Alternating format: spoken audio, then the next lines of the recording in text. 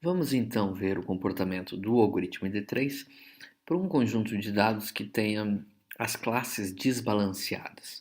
Em outras palavras, um conjunto de dados onde você tenha muito mais exemplos ou muito mais instâncias de uma classe do que da outra, tá? Então, eu vou voltar aqui em pré-processamento, tá?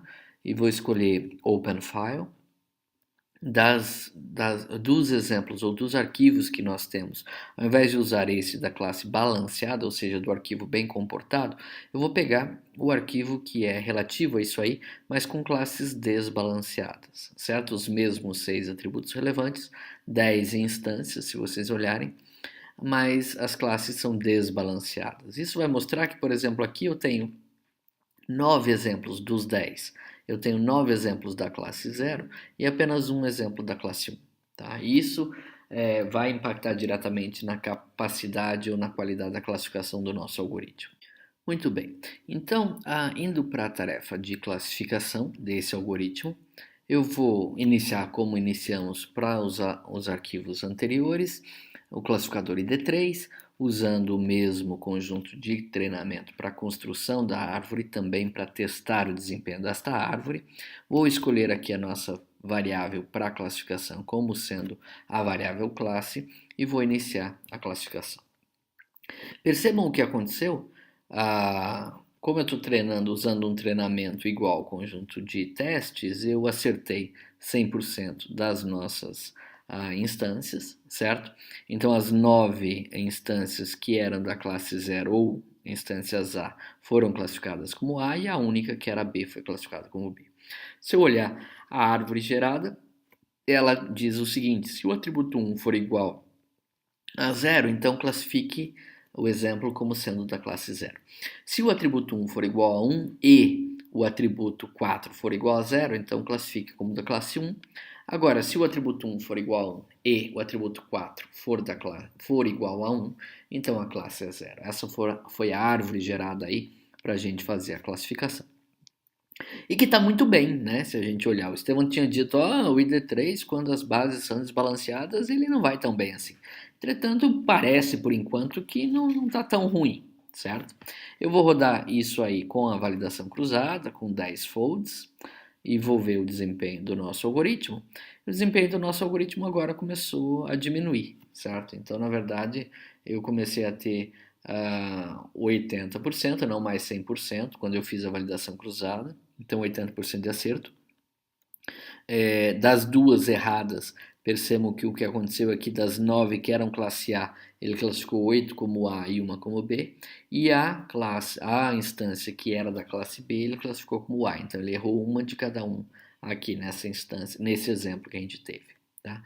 Vou agora um pouco além e ao invés de fazer isso que eu estou fazendo, eu vou pegar o resultado do aprendizado desta nossa rede aqui, dessa nossa, desculpe, árvore aqui, e vou testar o desempenho dela num arquivo que é o nosso arquivo com classe desbalanceada, mas ao invés de usar só 10 instâncias, vou usar essas 1000 instâncias para testar, certo? E aí vou rodar a nossa árvore. Percebam que agora eu comecei a perceber que eu tive 766, quer dizer, eu comecei a ter um desempenho bem pior do que eu estava acostumado a ter naqueles casos anteriores, certo? E se eu olhar aqui, a minha matriz de confusão começou a ter bastante confusão. Então, eu classifiquei 179 exemplos que eram da classe 0, como da classe 1, o que está errado. E percebam que a minha classe minoritária, que é a classe B, dos 43, aliás, dos 98 exemplos, só 43 eu acertei. Então, eu mais errei da classe B do que acertei. Então, eu comecei a perceber um problema mais sério aqui nesse desempenho que eu estou tendo para esse classificador, porque, por exemplo, se a classe B é importante para mim, eu estou errando muito. A classe B eu estou acertando, das 98, só 43 eu acertei. Então, eu errei mais da metade da classe B, certo? Então começa a parecer que o meu modelo de ID3 ele se prende demais no conjunto de treinamento e ele começa a errar quando o desempenho do meu algoritmo vai ser pior, quer dizer, ele vai errar mais quando eu tiver outros casos que aparecerem e que são diferentes daqueles que foram usados para o treinamento. Eu vou agora gerar a nossa árvore de decisão, voltei para o pré-processamento aqui, eu vou abrir de novo esse conjunto também desbalanceado com 1000 instâncias, tá? E vou rodar o mesmo ID3 para a nossa classe sendo a variável classe mesmo, e vou executar novamente, percebam que aqui nesse caso ele está tendo um desempenho de 95% de acerto, certo? Mas se eu olhar a nossa matriz de confusão, percebam que para a classe B o desempenho está bem parecido com aquilo que a gente teve no exemplo anterior, né? No exemplo anterior, vejam, eu para a classe B, dos 98 exemplos, eu tinha 55 e 43, e aqui eu tenho 45 e 53, quer dizer, eu ainda estou errando bastante da classe B, né? Mas quase metade eu estou errando da classe B. E isso aqui é a mesma coisa que usar o training set, porque é o mesmo exemplo que eu estava fornecendo para treinamento. Então, se eu rodar de novo, perceba, não muda nada. E se eu fizer o cross-validation, agora que o conjunto aqui é maior, percebam, o desempenho caiu, né? E esse é um desempenho então mais próximo daquele que eu posso acreditar que seja o desempenho real do algoritmo quando aparecerem novos exemplos por aí, né? Treinando com tudo isso. A minha árvore também ficou um pouco diferente quando eu treinei com esse arquivo bem maiorzão. E ficou uma árvore super extensa, se vocês olharem. Então, é outra característica que nós conversamos, não é? Que o ID3 tem isso de gerar árvores bastante extensas. Aqui eu tenho o atributo 1, 2, 3, 4, 5, 6, 7, 8, 9 atributos, certo? Então eu estou deixando um só de fora. Então a minha árvore está usando quase todos os atributos que a gente tem originalmente no conjunto de dados. É uma árvore bastante longa, o que cria, na verdade, um processo bastante difícil de você tentar interpretar, né, o que essa árvore está querendo dizer, porque fica muito confuso, porque são muitas regras a serem usadas aqui. Tá? Então, são as características que nós já havíamos estudado na unidade 2 sobre o ID3, que elas se mostram na prática aqui com bastante força, certo? Percebam que essas variáveis ou esses arquivos de dados que nós trabalhamos até então são arquivos de dados onde todas as variáveis, inclusive as classes, são variáveis binárias, né? Então, a gente normalmente diz que esses são atributos, ou, desculpem, são conjuntos de dados mais simples, onde os atributos são sempre binários, eu tenho menos combinações possíveis aí dos valores, não é? Na prática, entretanto, nem sempre os conjuntos de dados que nós vamos usar, eles vão ter essas características de atributos todos sendo binários. Então, esses exemplos foram construídos para a gente começar com exemplos mais simples e tal, e ver o desempenho dos algoritmos, tá? Antes de, então, ir para alguns conjuntos de dados um pouco mais elaborados, em alguns conjuntos de dados um pouco mais parecidos com aquilo que a gente tem em conjuntos de dados reais, eu vou executar a mesma classificação usando o nosso algoritmo C4.5 aqui, ao invés de usar o ID3, certo? Então eu vou começar, vou voltar aqui para o pré-process, vou voltar ao nosso OpenFile, vou pegar o primeiro arquivo que a gente tinha usado para rodar com o ID3, certo? Que era essa aqui, com as classes balanceadas, 1000 atributos, desculpem, 1000 instâncias e 11 atributos. Vou para a minha classificação, vou escolher a minha variável classe como sendo aquilo que eu quero usar para a classificação, vou rodar o ID3 com o cross-validation, certo? Como eu tenho 1000 instâncias, eu vou usar isso aí, e eu acertei 97,9% das vezes. Agora eu vou rodar e escolher o algoritmo C4.5. Percebam que quando eu abro as opções do ECA para algoritmos de árvores, eu não acho o algoritmo C4.5. Eu acho o ID3, certo? Que está aqui. E se eu clicar sobre o ID3 aqui, ele vai me dizer, olha, esse aqui é uma classe implementada em Java que constrói uma árvore de decisão sem poda, com base no algoritmo ID3. A gente sabe que o ID3 é sem poda, né? Entretanto, apesar de não aparecer o C4.5 aqui, o J48 é a implementação do C4.5 no ECA. se eu clicar aqui, por exemplo, vocês vão ver que é uma classe que gera uma árvore com poda ou sem poda com base no C4.5. Faltou o 5 aqui, é um bugzinho do sistema, mas é o C4.5 esse que está sendo usado aqui, certo? Então, é esse algoritmo que eu quero rodar. Vale a pena olhar algumas coisinhas aqui do algoritmo. Então, quando eu clico sobre o nome do algoritmo aqui, o ECA me abre essa janelinha para eu ter algumas opções, tá? E eu vou comentar algumas das opções que temos aqui. Então, a primeira opção é se a gente vai fazer divisão binária. Isso aqui tem a ver com a quantidade dos atributos nominais que a gente está construindo aí, e a gente normalmente não muda, pode usar isso da maneira como está. O fator de confiança é padrão usar mais ou menos 0,25 mesmo, certo?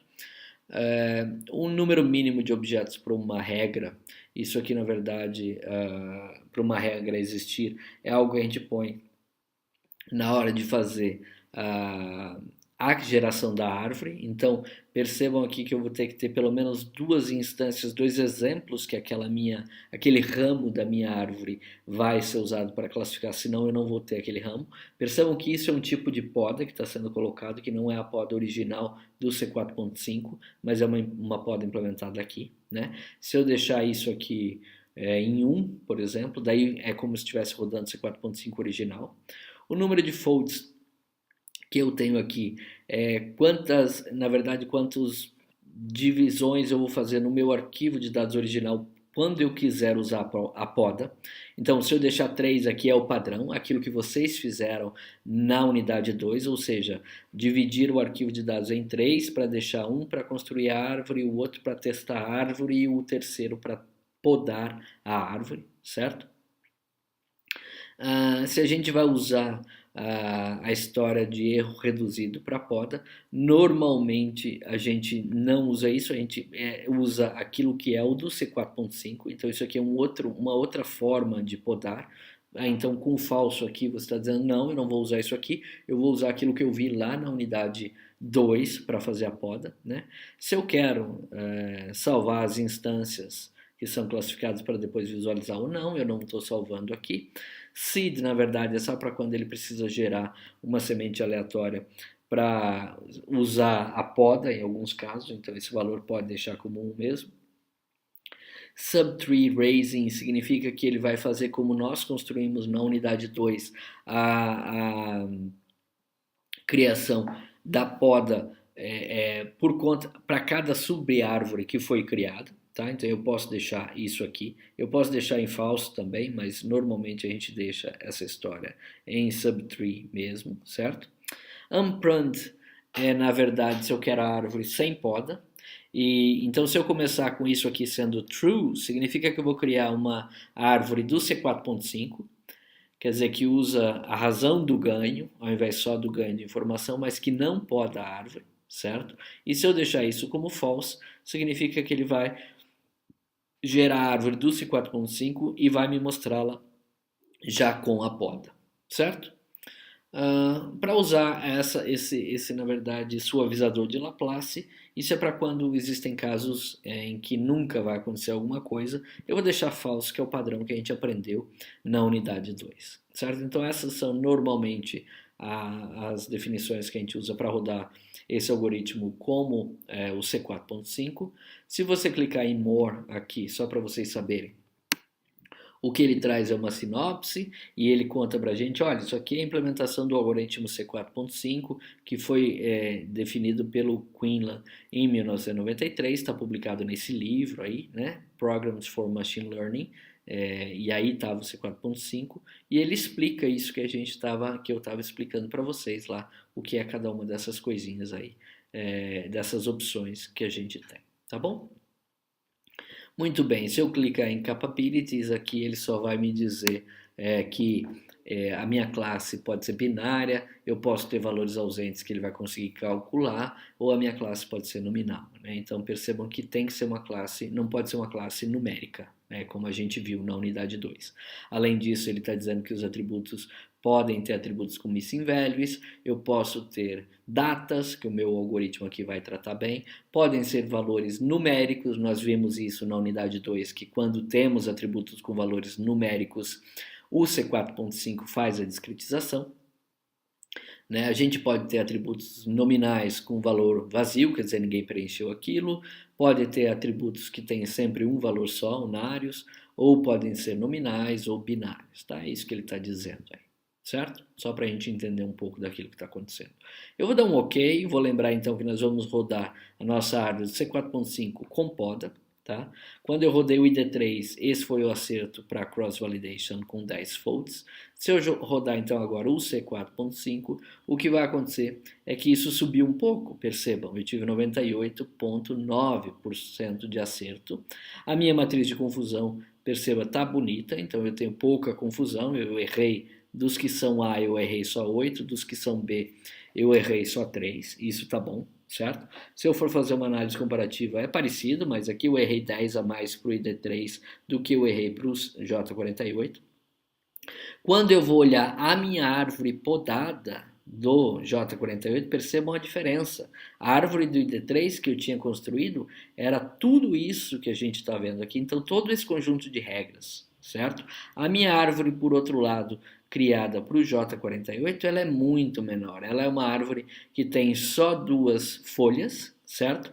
E a gente diz então que o tamanho é 3, e ela só diz assim, olha, se o atributo 1 for 0, então 0, se o atributo 1 for 1, então 1 e acabou. É só essa árvore que a gente tem e que a gente vai usar. Então percebam que o J48, com a poda, chegou numa árvore muito menor do que aquela que se tinha quando estava se rodando o nosso algoritmo ID3.